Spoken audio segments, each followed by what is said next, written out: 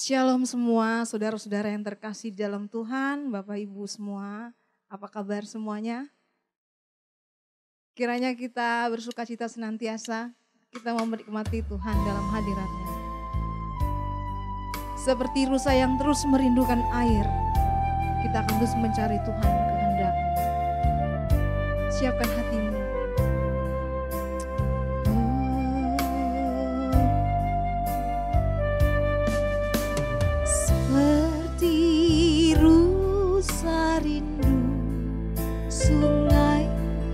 Jiwaku rindu Engkau,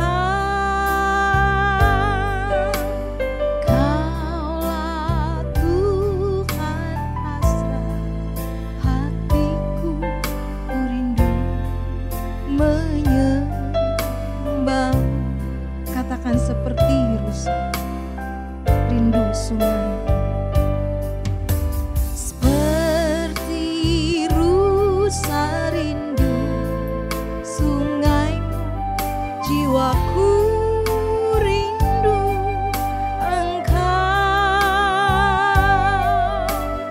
Kaulah Tuhan hasrat hatiku, ku rindu menyembahmu. Engkau kekuatan dan perisaiku, kepadamu rohku berserah.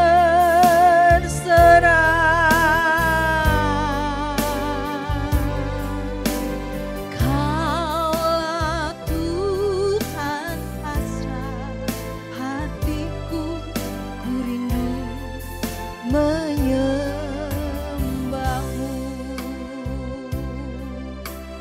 Yesus, Yesus,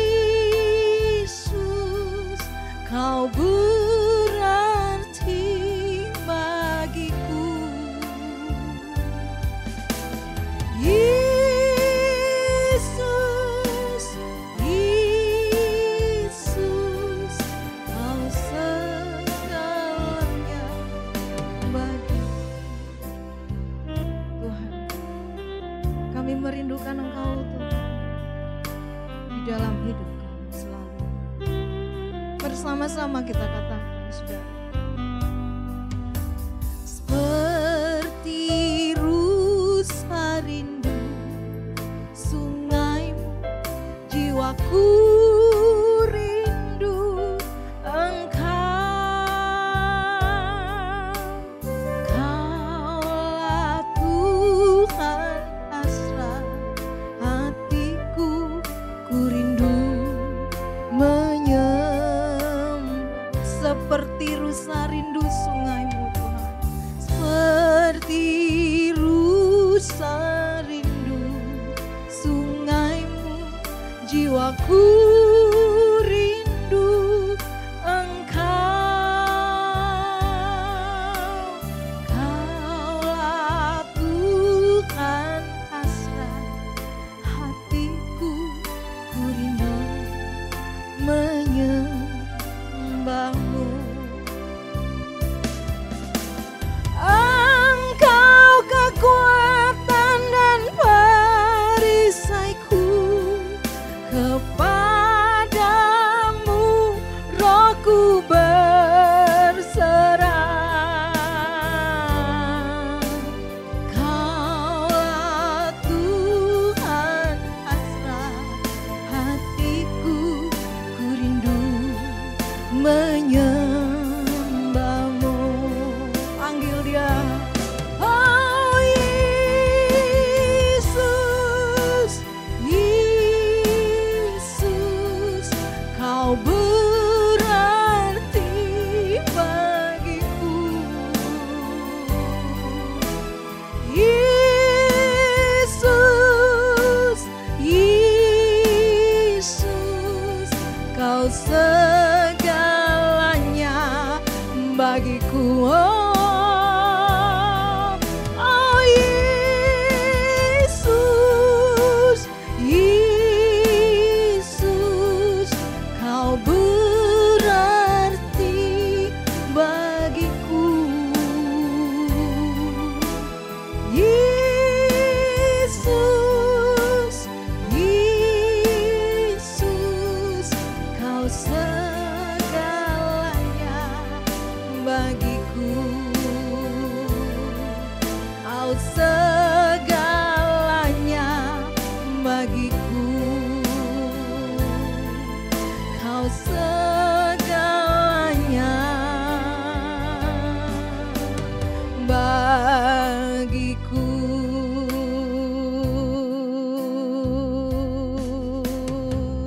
Kami rindu Engkau. Oh Yesus, kami rindu Engkau.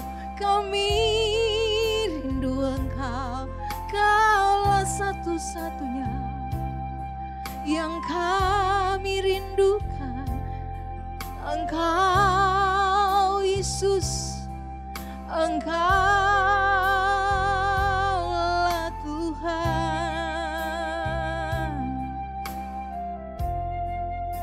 Kami rindu bersamamu, kami rindu menyenangkan hatimu, rindu menyukakan hatimu. Ajar kami menyukakan hatimu, memuji menyembahmu, mengagungkanmu. Oh Yesus, sebab hanya ini yang dapat kami lakukan, menyukakan hatimu. Oh, kami sembah Kau, kami sanjung Yesus, sebab Kau layak, sebab kami tahu hanya Engkau yang layak menerima hormat, pujian, syukur, sembah, sujud dari kami. Oh, kiranya Engkau berkenan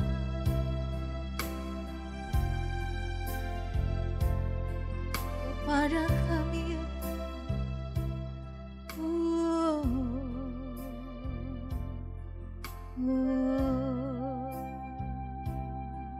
Engkaulah kekuatan dan perisai kami, Tuhan. Kepadamu kami berserah. Katakan saudara, Engkaulah kekuatan dan perisai.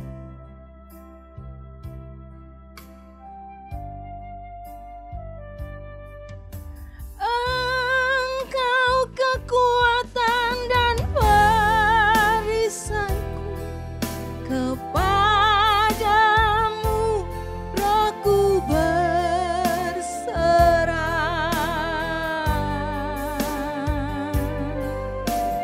Kaulah Tuhan hasrat hatiku, ku rindu menyembahmu Yesus.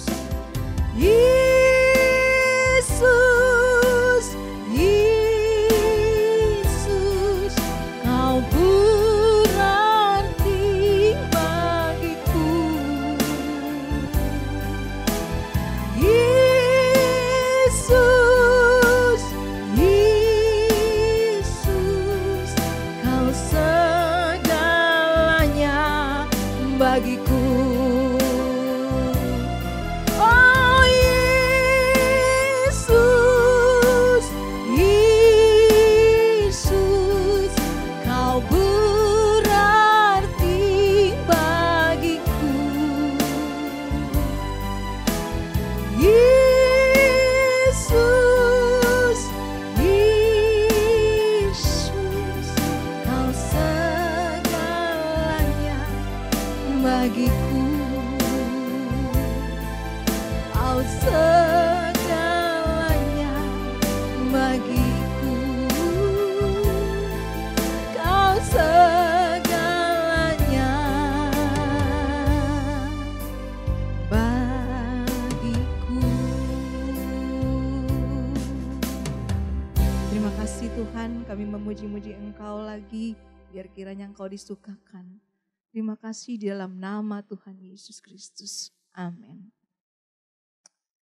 Tuhan Yesus kita adalah satu-satunya yang dapat kita banggakan sebab Dia yang termulia. Amin saudara. Puji Tuhan. Kita nyanyikan pujian ini. Tuhanku Yesus yang termulia.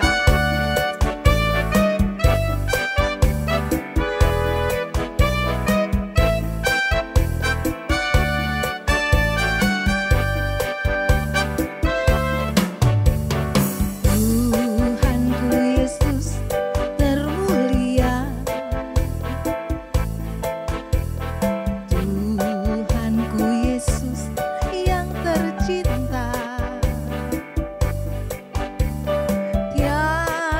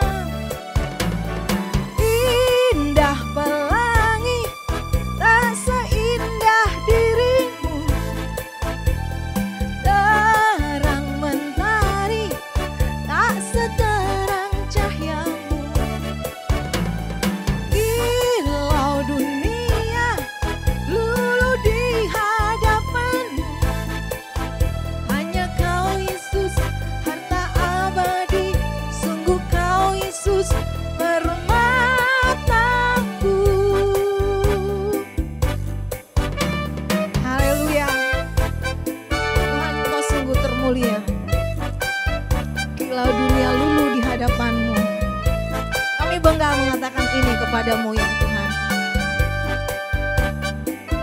Sama-sama katakan, Tuhanku Yesus termulia. Tuhanku Yesus yang tercinta. Tiada Allah yang sepertimu. Engkau bintang di atas segala bintang. Segenap hati kau kupuja. Segenap hati kau kusembah. Jiwa bersuka memujimu. Engkau besar, maha agung dan perkasa. Dengan bangga katakan, indah pelangi tak seindah dirimu. Terang mentari tak seterang cahayamu. Kilau dunia luluh di hadapanmu. Hanya kau Yesus harta abadi. Sungguh kau Yesus permataku. Katakan, indah pelangi tak seindah dirimu. Terang mentari tak seterang cahayamu. Kilau dunia luluh di hadapanmu. Hanya kau Yesus harta abadi. Sungguh kau Yesus permataku.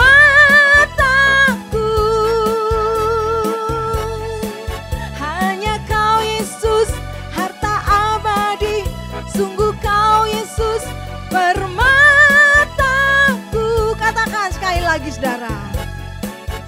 Hanya kau Yesus harta abadi.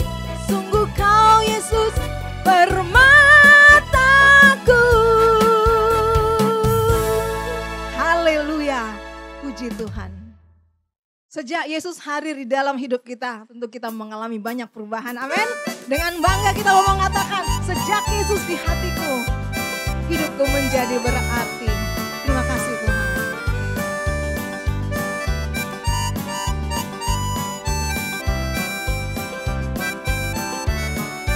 Mari bersama-sama katakan, perubahan ajaib terjadi padaku sejak Yesus di hatiku. Ada terang dalam hati dan harap penuh sejak Yesus di hatiku. Sejak Yesus di hatiku. Sejak Yesus di hatiku. Hidupku berubah menjadi berarti sejak Yesus di hatiku. Hidup yang sia-sia telah ku tinggalkan sejak Dia di hatiku. Keselamatan dan kasih kini ku terima sejak Dia di hatiku. Katakan, sejak Yesus di hatiku. Sejak Yesus di hatiku. Hidupku berubah menjadi berarti sejak Yesus di hatiku. Musik. Dengan bangga kami ya Tuhan katakan, karena Engkau saja hidup kami seperti ini ya Tuhan. Terima kasih Bapa.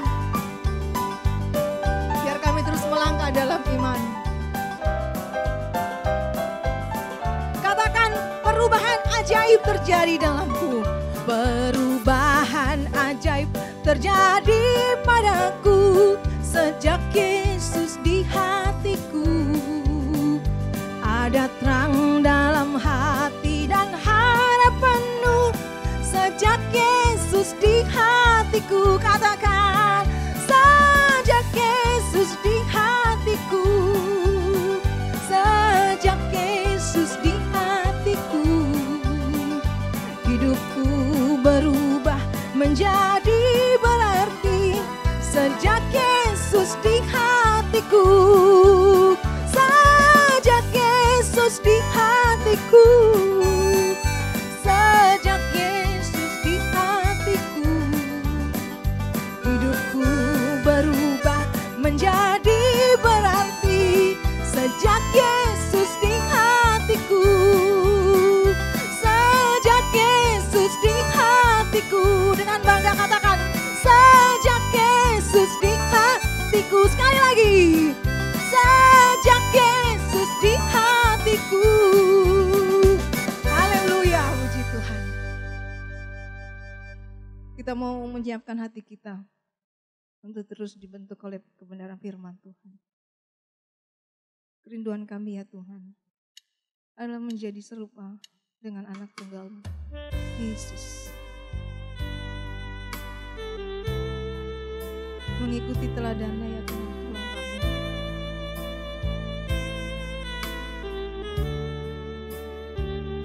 Biarlah ini menjadi kerinduan kita.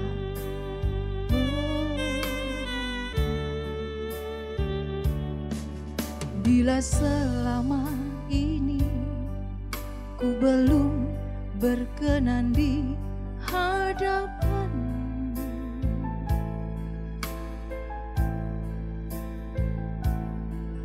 tak ku lakukan kehendak-Mu, tak ku penuhi rencana-Mu Bapa.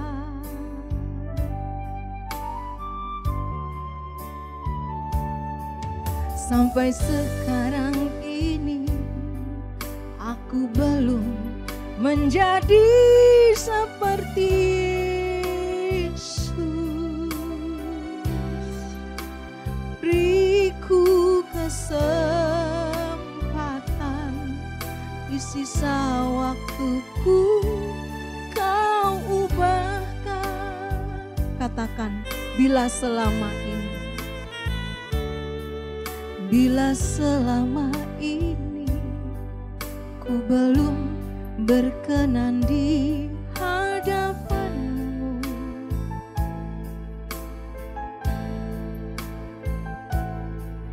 tak ku lakukan kehendak-Mu, tak ku penuhi rencana-Mu Bapa.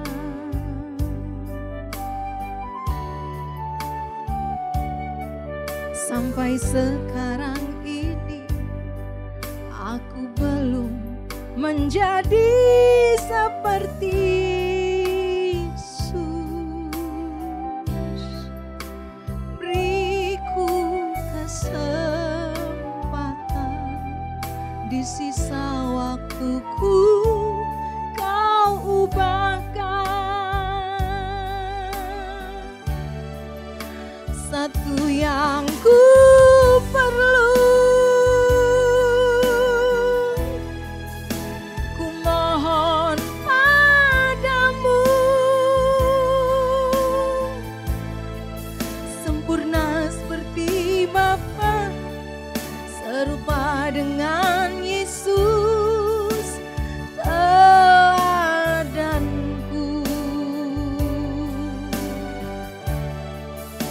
Betapa rinduku berkenan padamu, sampai di rumah Bapa ku bertemu Tuhanku, berkenan padamu. Katakan saudara sekali, bila selama ini, bila selama ini ku belum berkenan di hadapan-Mu,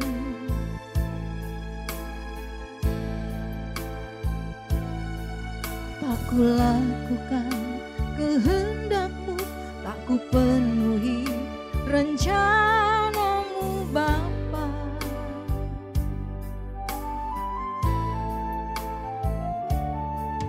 Sampai sekarang ini aku belum menjadi seperti Yesus.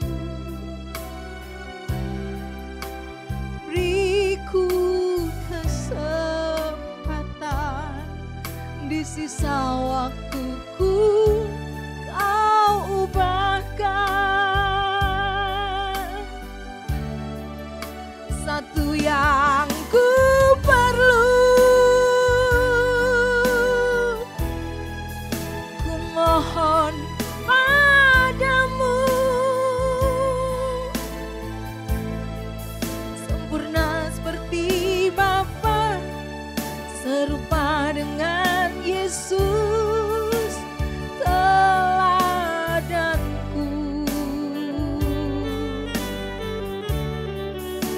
Betapa rinduku berkenan padamu, sampai di rumah Bapa ku bertemu Tuhanku, berkenan padamu. Sampai di rumah Bapa, sampai di rumah Bapa ku bertemu Tuhanku, berkenan padamu. Sekali lagi katakan, sampai di rumah Bapa ku bertemu Tuhanku, berkenan padamu. Saya serahkan selanjutnya kepada hambanya yang akan menyampaikan firman Tuhan. Mari kita berdoa. Kami bersyukur Tuhan untuk pagi hari ini. Tuhan berikan kami kesempatan lagi bagi kami untuk duduk diam mendengar kebenaran firman-Mu Tuhan. Kami berikan hati pikiran kami Tuhan untuk diajar, dididik Tuhan. Lewat apa yang Tuhan mau sampaikan bagi kami pagi hari ini Tuhan. Urapi kami semua Tuhan. Urapi hamba-Mu yang menyampaikan firman pesan-Mu Tuhan, dan kami semua yang mendengarkannya.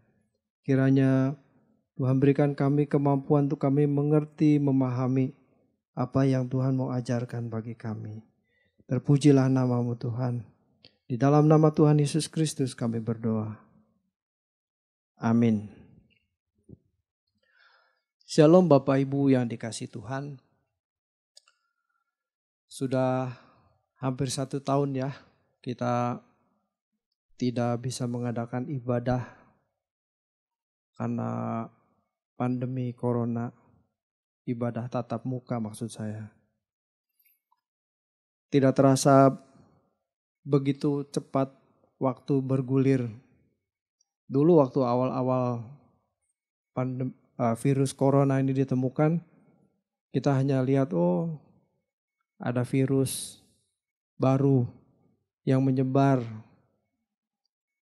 dan penderita bertambah terus. Mungkin waktu itu kita nggak tahu atau tidak mengenal siapa orang yang terpapar virus. Tapi makin hari ternyata makin meluas. Dan hari ini ternyata hampir 1,1 juta, lebih saya kira 1,1 juta orang Indonesia terpapar. Dan di seluruh dunia itu sudah mencapai 104 juta. Begitu banyak. Makin lama makin banyak orang yang terpapar virus corona. Dulu kita tidak mengenal siapa mereka, sekarang ternyata orang-orang dekat kita kena. Family ada yang kena. Jemaat ada yang kena juga. Wah. Seharusnya ini membawa kita atau mendorong kita ini makin hati-hati, makin dekat dengan Tuhan, makin kita merindukan langit baru, bumi baru. Dunia yang kita tempati ini tidak menjanjikan kebahagiaan. Alkitab mengatakan bahwa manusia itu hanya 70 tahun usianya. Ini Musa yang menulis di Mazmur pasal 90. Masa hidup kami 70 tahun dan jika kami kuat 80 tahun. Kebanggaannya adalah kesukaran, penderitaan. Sebab berlalunya buru-buru dan kami melayang lenyap. Tuh, ini Alkitab 3.500 tahun yang lalu sudah menulis ayat ini. Jadi kalau kita berharap suatu hari dunia akan menjadi tenang, aman, tentram, itu salah besar. Dunia akan semakin menuju kebinasaan, akan semakin buruk. Sesungguhnya waktu itu berlalu begitu singkat. Kenapa saya katakan singkat? Karena 70 tahun itu dibanding dengan kekekalan itu tidak ada arti apa-apa. Kalau 70 tahun dibanding 50 tahun ya lama. Orang lain umurnya 50 tahun, kita 70 tahun. Oh iya awet, ini umurnya panjang ya. Iya.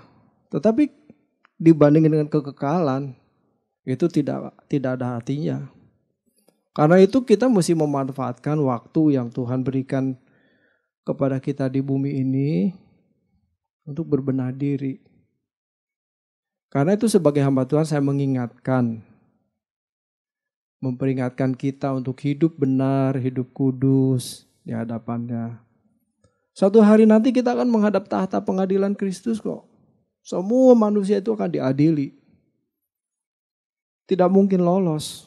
Kalau kita di bumi ini kita bisa mempergunakan kekuatan uang, relasi dengan pejabat untuk lolos dari pengadilan. Nanti di pengadilan Kristus tidak mungkin bisa lolos. Semua akan menghadap tahta pengadilan Kristus.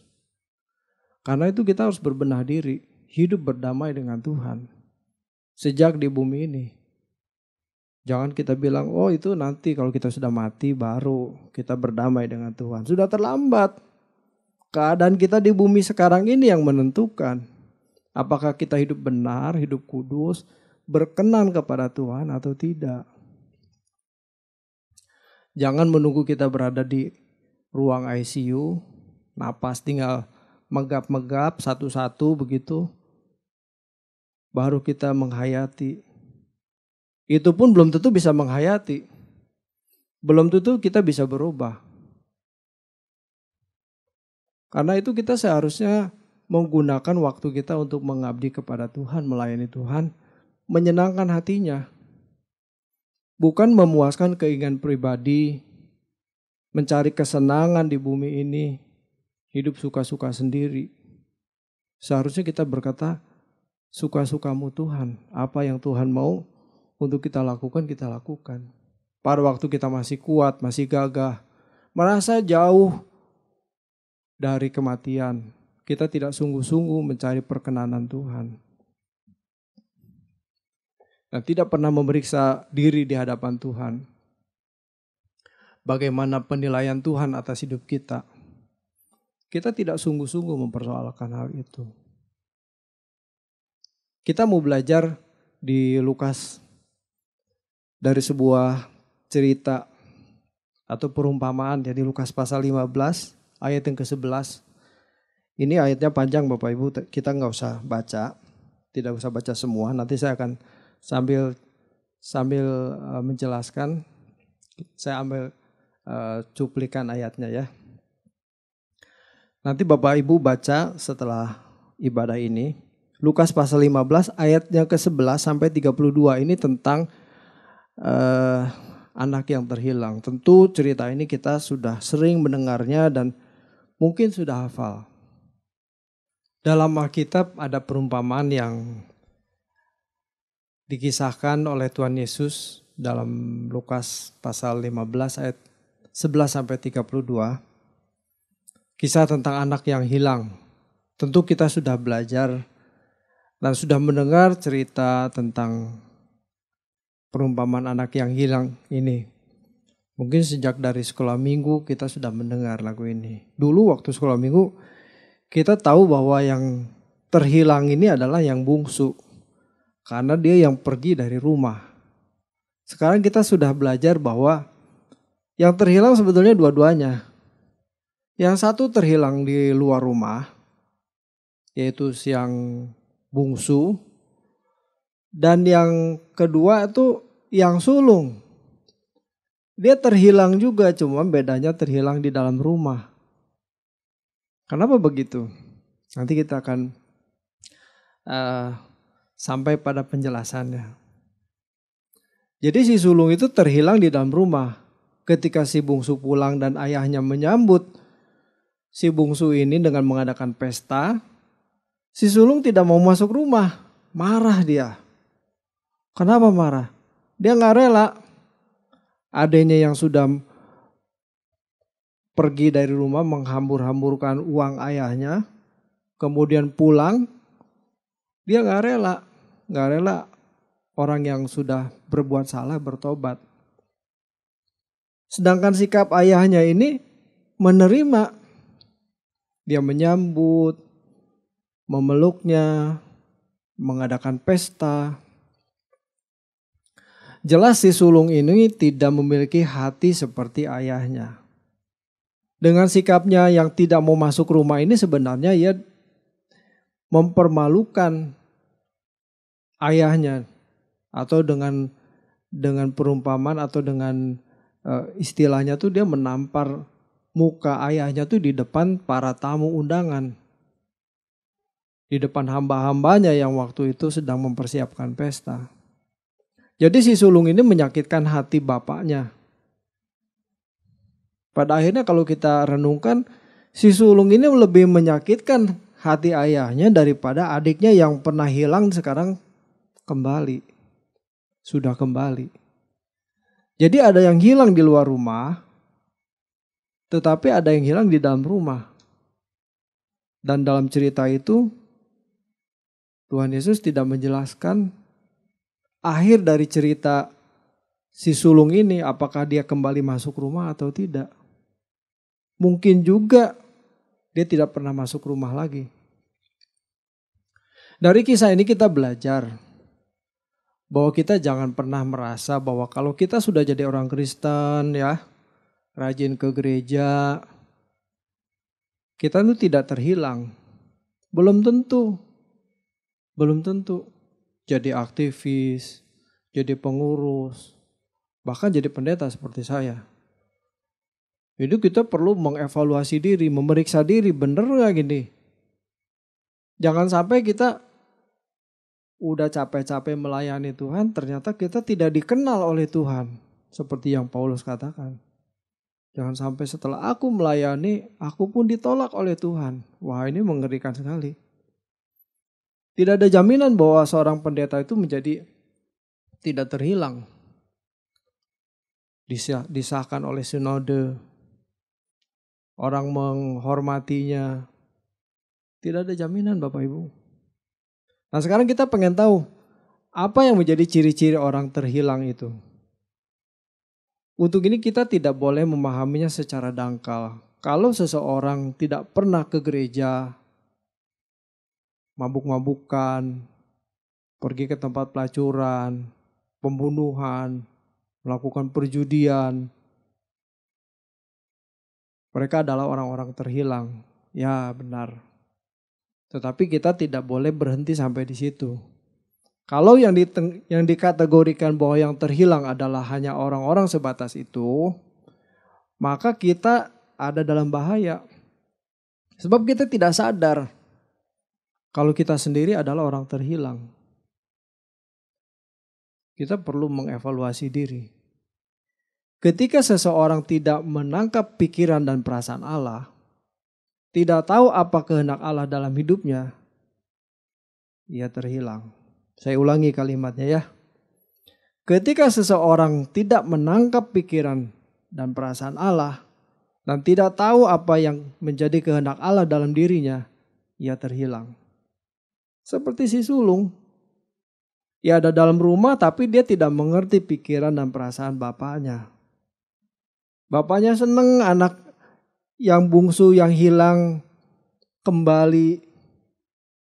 Tapi si sulung ini tidak mengerti pikiran perasaan bapaknya, malah dia ngambek. Marah-marah, gak mau masuk ke dalam rumah. Waduh, kan gak cocok. Tidak sepikiran. Ini terhilang.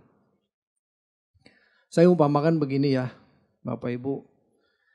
Misalnya ya, punya anak serumah. Tetapi ribut terus sama anak. Gak cocok. Mungkin karena pola pikirnya berbeda, dinasehatin gak terima. Dilarang ini malah melawan dan sebagainya. Mencoba untuk kabur dari rumah walaupun gak berani, tetap ada di rumah. Sebetulnya itu walaupun secara fisik ada di rumah, tetapi secara batinnya itu sudah terputus itu hubungannya. Itu termasuk terhilang. Jadi kita jangan berpikir bahwa kalau kita ada di gereja, kita masih jadi aktivis, kita masih melayani Tuhan dalam tanda kutip, melakukan pekerjaan gereja atau kegiatan gereja, itu dianggap tidak terhilang, belum tentu.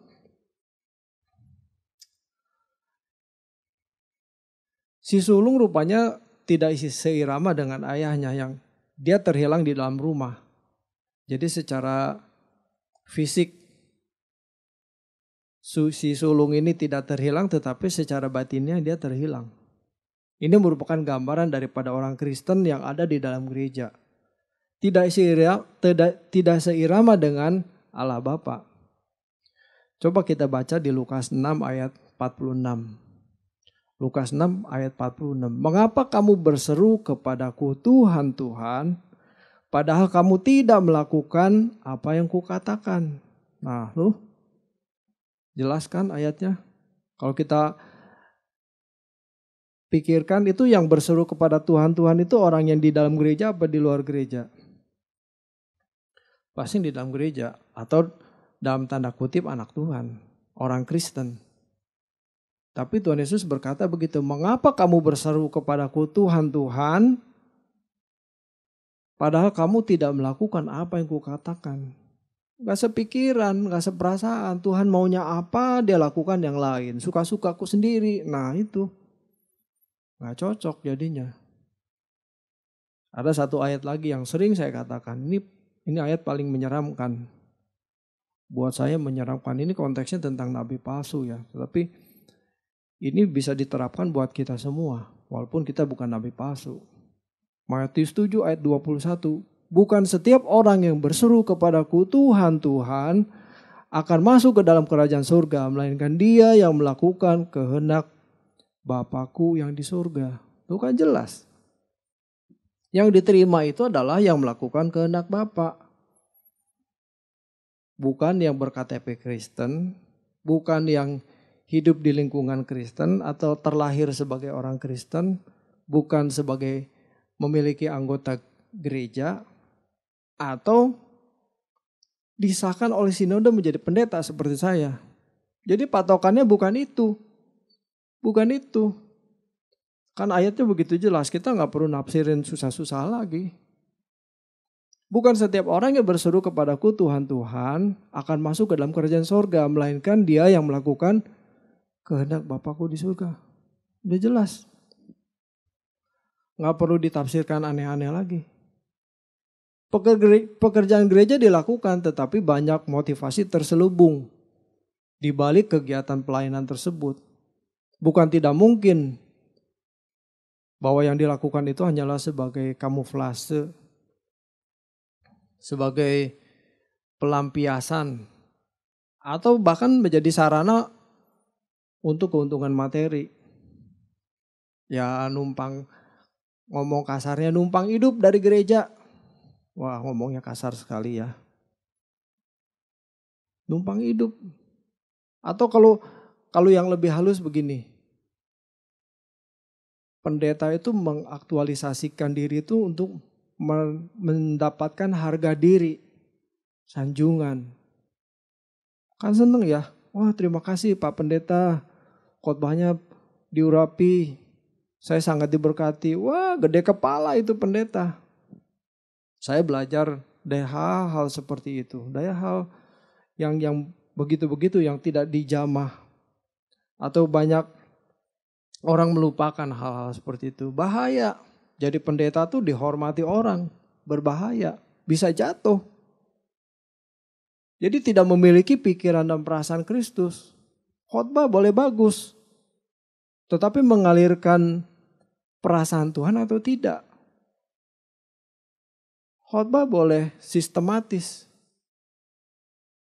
tetapi kalau itu tidak keluar dari hati Tuhan, itu tidak mengubah manusia. Jemaat hanya menganggut-nganggut, ya khotbahnya bagus, setuju gitu. Tapi kelakuan gak berubah.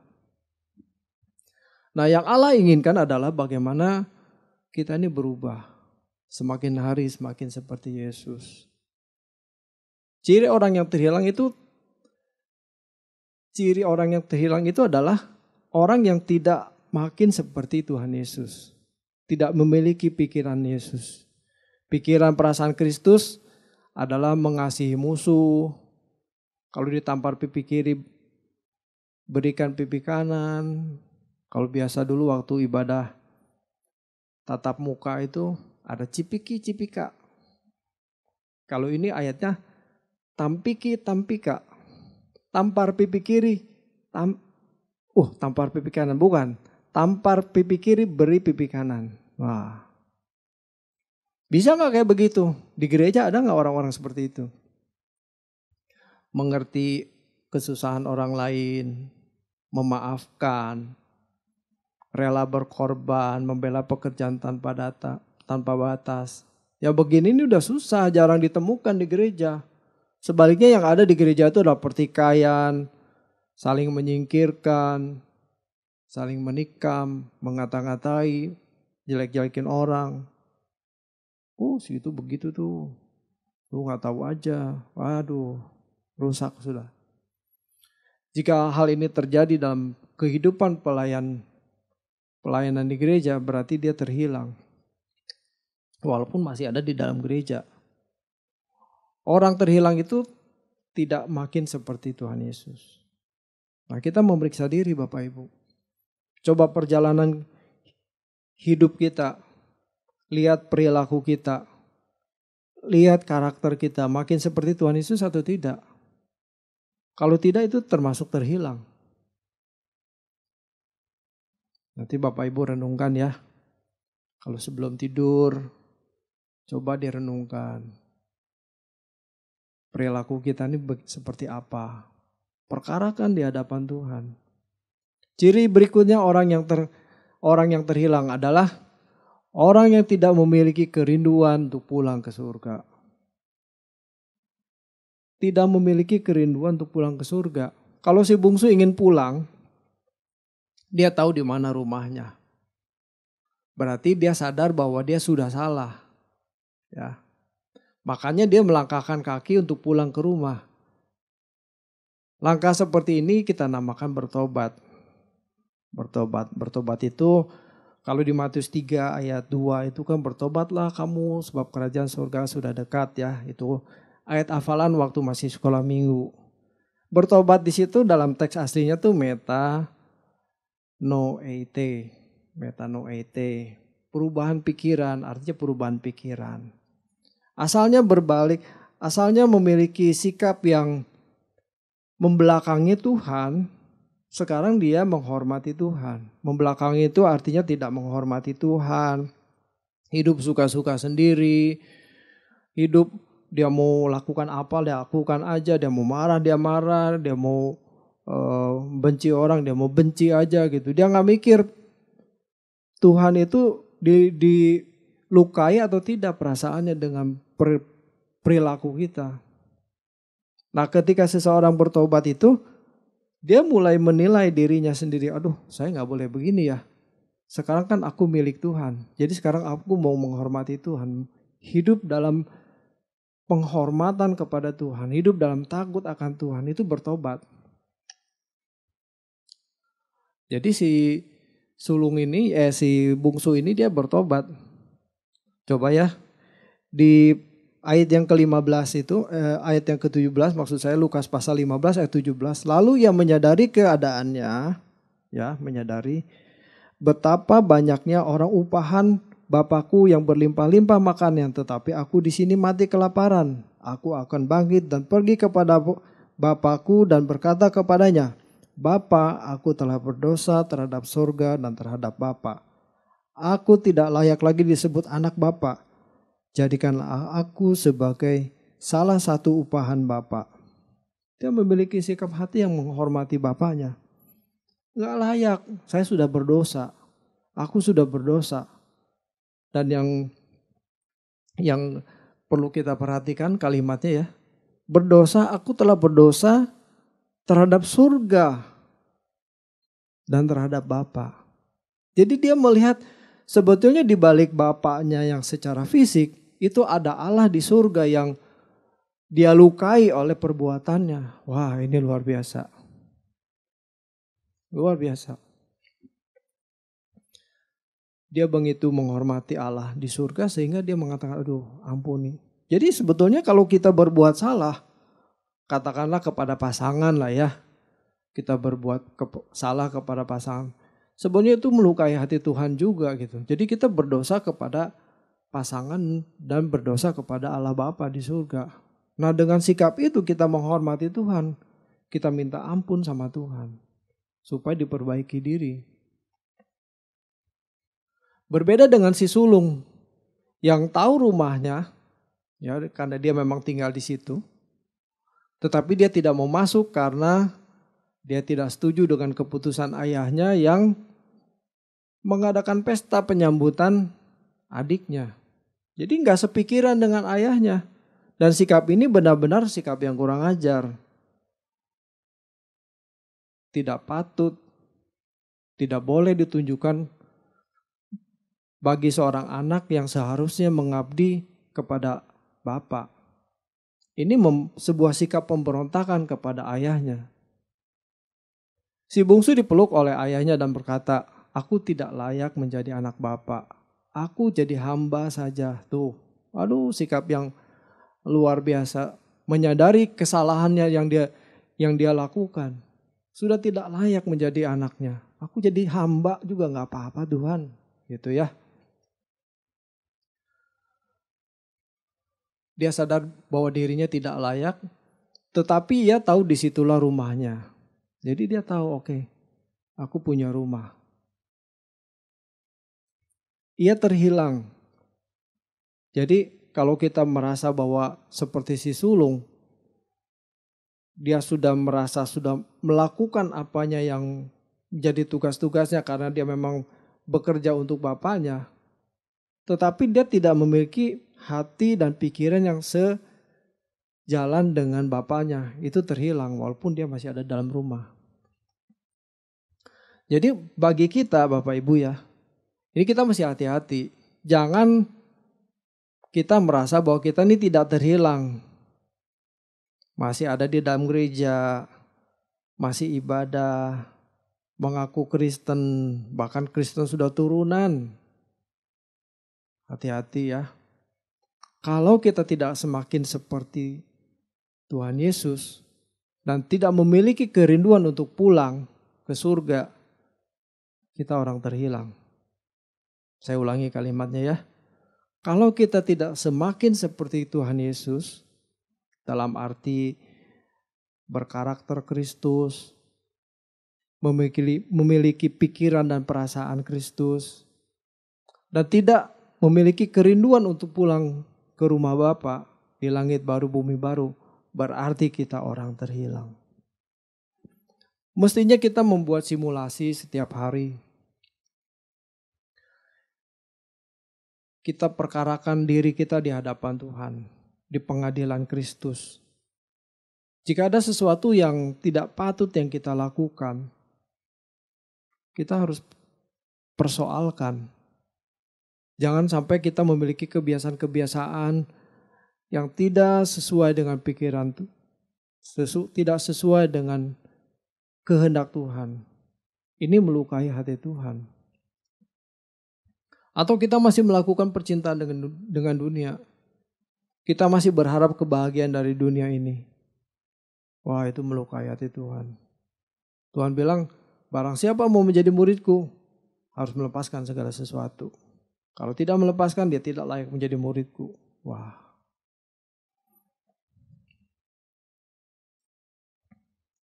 Fokus kita hanya ditujukan kepada hal-hal untuk bagaimana kita ini berkenan kepada Tuhan. Minggu lalu saya berkhotbah, satu-satunya perjuangan hidup orang percaya. Apa? Isi perjuangannya itu bagaimana kita berkenan kepada Tuhan. Jadi kalau keadaan kita hari ini belum berkenan kepada Tuhan, itu harus kita perjuangkan. Nah, sekarang fokus hidup kita ini harus bagaimana setiap saat, setiap hari itu ada pertumbuhan di mana keadaan kita makin hari makin berkenan kepada Tuhan. Ini memang hal yang sulit dan banyak orang tidak mau melakukannya. Karena yang direnggut seluruh hidup kita. Kita tidak boleh lagi memiliki keinginan, tidak boleh lagi memiliki kesenangan. Semuanya hanya untuk Tuhan.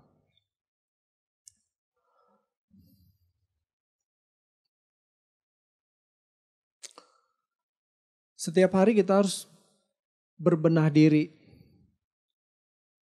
Memperhatikan bagaimana kita ini sungguh-sungguh membenahi batiniah kita agar kita didapati Tuhan itu tidak bercacat celah. Fokus hidup kita hanyalah untuk hal ini saja. Bahkan yang menjadi agenda kita satu-satunya. Ketika seseorang berada di ujung maut, ketika berada di ICU begitu ya, dengan ditemani oleh mesin monitoring jantung begitu ya, itu baru berasa betapa berharganya waktu yang Tuhan berikan. Nah sekarang mumpung kita masih sehat, masih segar, masih kita bisa beraktivitas, yuk kita berbenah diri. Kalau enggak kita jangan jadi orang yang dibuang oleh Tuhan, percuma.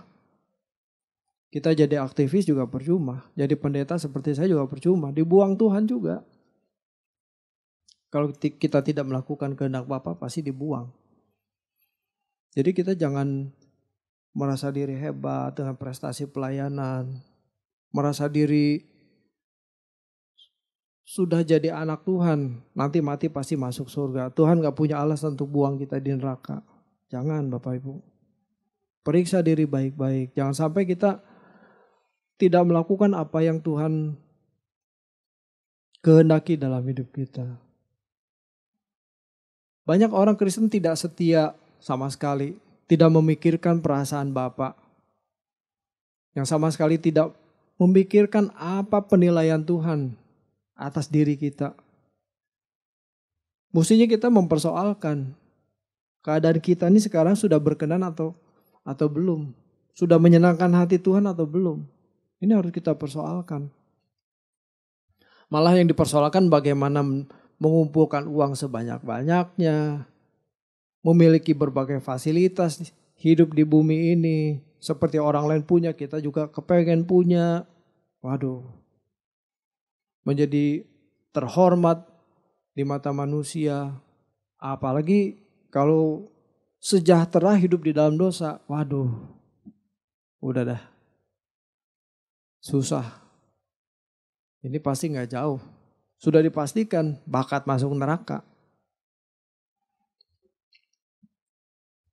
Orang-orang seperti ini adalah orang yang tidak takut Tuhan dan tidak menghormati Tuhan. Jadi jangan berpikir kalau di ujung maut nanti kalau sudah mau mati saya mau minta ampun, mau bertobat dan Tuhan akan menerima dia. Jangan harap. Itu namanya menipu Tuhan. Sekarang meraih kesenangan dunia, nanti mau mati baru cari Tuhan. Emangnya Tuhan bisa ditipu? Emangnya Tuhan nggak tahu? Tuhan kan lihat hati kita. Track record kita selama di bumi ini kan dicatat Tuhan. Mau gimana mau ngeles? Nggak bisa. Tuhan tidak bisa ditipu. Kalau pada dasarnya seseorang memang tidak mengasihi Tuhan, tidak menghormati Tuhan. Walaupun di ujung maut dia mengaku bahwa dia minta ampun atas dosa-dosanya. Percuma, sudah terlambat. Sejujurnya walaupun dia meminta ampun, Tuhan tidak akan menerima. Hati yang tidak menghormati Tuhan. Pertobatannya di ujung maut itu hanyalah main-main. Hanya akal-akalan belaka. Dan Tuhan tidak bisa dikibulin. Tidak bisa ditipu. Ya. Dosa-dosa kita memang sudah dipikul. Sudah selesai dipikul di kayu salib. Tetapi yang belum selesai adalah batin kita. Kodrat dosa kita ini belum selesai. Dan untuk menyelesaikan kodrat dosa ini kita harus mengalami perubahan. Pikiran yang diperbaharui terus menerus. Itulah pertobatan. Metanoia. Perubahan pikiran. Makin hari makin seperti Kristus. Nah, perubahan pikiran ini dimulai dengan mengisi pikiran dengan kebenaran firman Tuhan. Ya. Bagaimana bisa berubah? Ya pikirannya yang harus diisi. Kalau pikiran kita diisi dengan tontonan, dengan sinetron, dengan drama Korea, ya sudah nanti filsafat itulah yang masuk ke dalam pikiran kita. Ya bukannya nggak boleh nonton lah. Tapi porsinya harus, jangan itu yang ditonton dari terbit matahari sampai pada masuknya, jangan. Itu nonton 1 jam 2 jam boleh lah. Tapi yang sisanya kita harus isi dengan firman Tuhan. Kita harus memberi porsi yang pantas untuk Tuhan. Kalau diajak nanti hari Rabu ya, ada pendalaman Alkitab jam 7 malam. Aduh sibuk. Aduh gak sempet. Aduh udah segala macam, ada aja alasannya. Itu artinya sebetulnya begini. Untuk datang ke PA, itu mah gak penting. Itu bukan prioritas, sebetulnya begitu.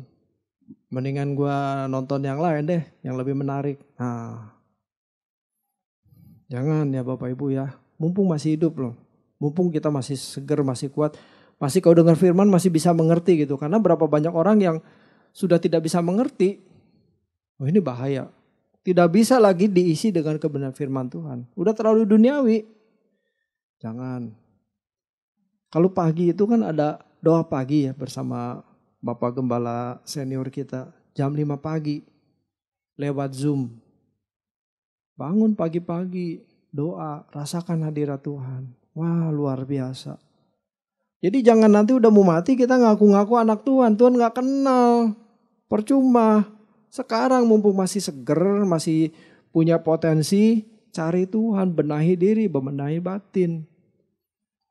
Jadi pembaharuan pikiran itu dimulai dari gaya hidup kita, dari gaya hidup, cara hidup kita.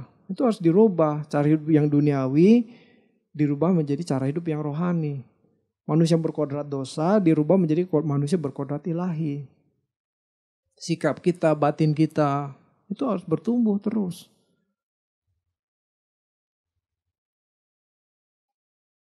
Jadi hati yang menghormati dan takut kepada Allah secara benar itu menjadi irama yang permanen dalam hidup kita. Ya, dalam kita bekerja, di jalan, atau dimanapun tempat kita berada, kita memiliki sikap hormat dan takut akan Tuhan.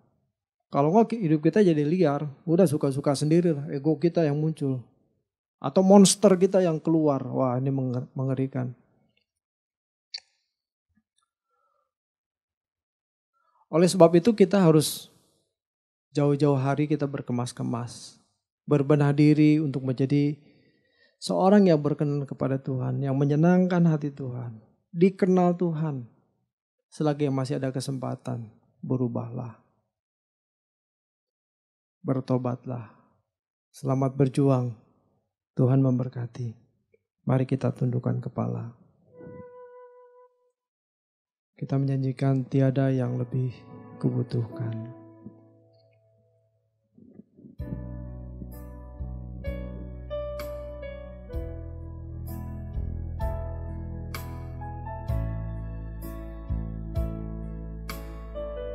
Tiada yang lebih kubutuhkan.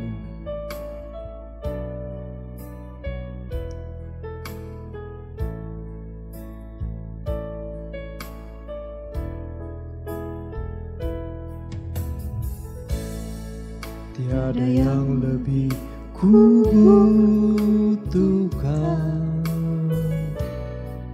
Tiada yang lebih kurindukan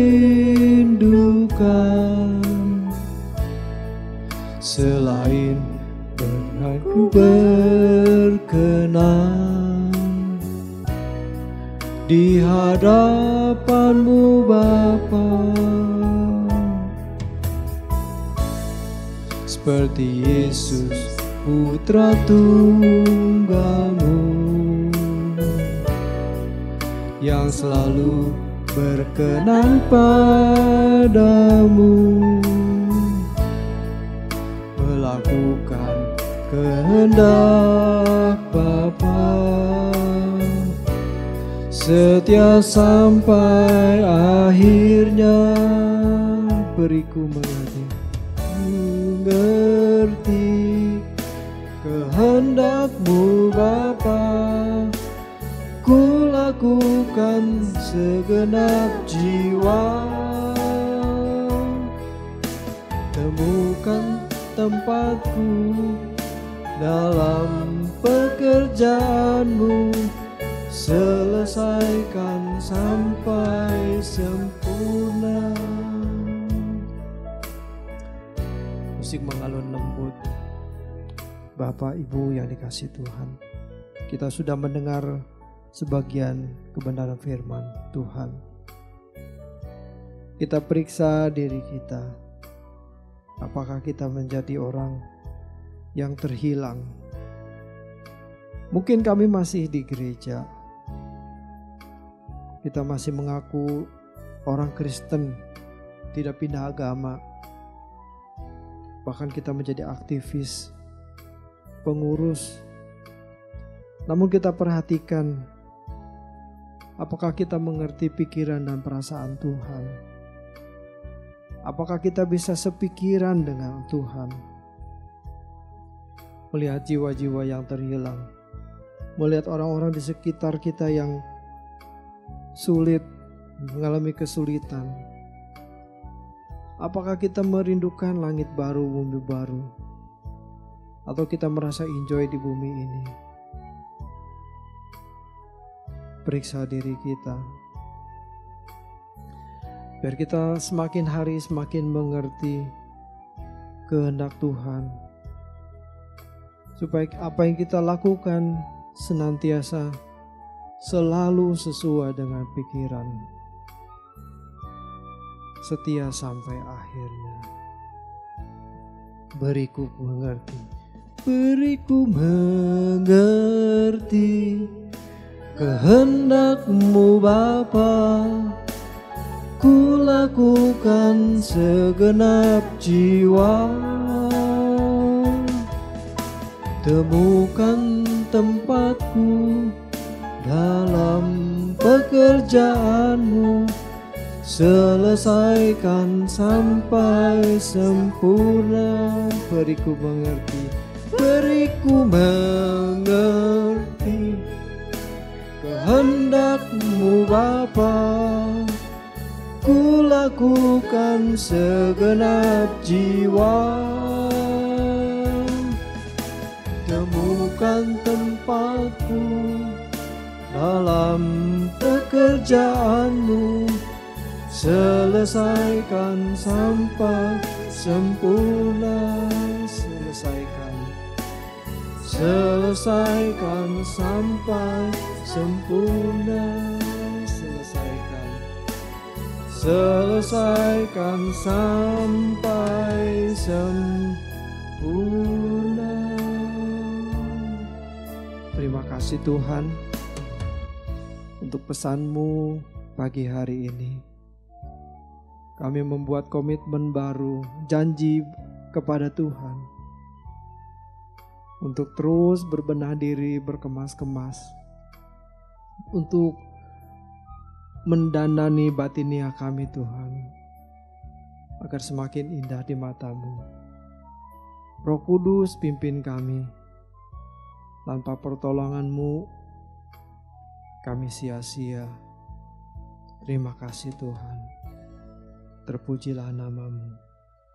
Kami bersyukur Tuhan untuk persembahan yang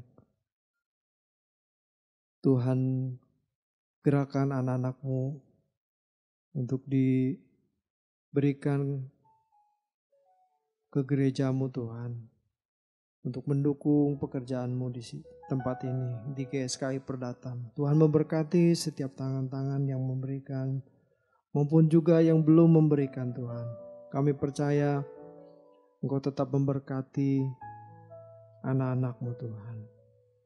Terima kasih Bapa. Mari Bapak Ibu, sebelum kita mengakhiri ibadah kita mengangkat tangan. Segala berkat dari Allah Bapa, kasih dan rahmat dari Tuhan Yesus, dan penyertaan Roh Kudus yang membimbing kita, menolong kita dari hari ke hari, lewat setiap peristiwa kehidupan, mendewasakan kami, hingga kita makin sempurna di mata Tuhan. Di dalam nama Tuhan Yesus Kristus, kami sudah berdoa. Haleluya. Amin.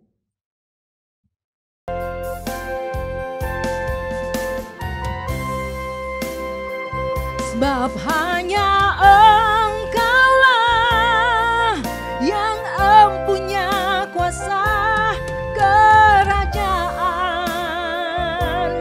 kemuliaan, biar semua yang hidup yang telah Kau ciptakan mengagungkan, memuliakan nama-Mu.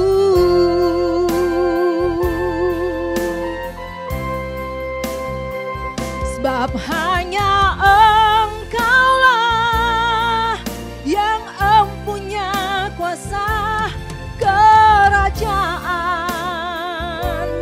kemuliaan, biar semua yang hidup yang telah Kau ciptakan mengagungkan, memuliakan nama-Mu,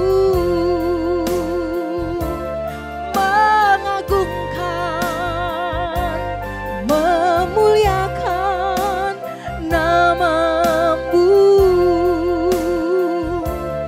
mengagungkan, memuliakan nama-Mu.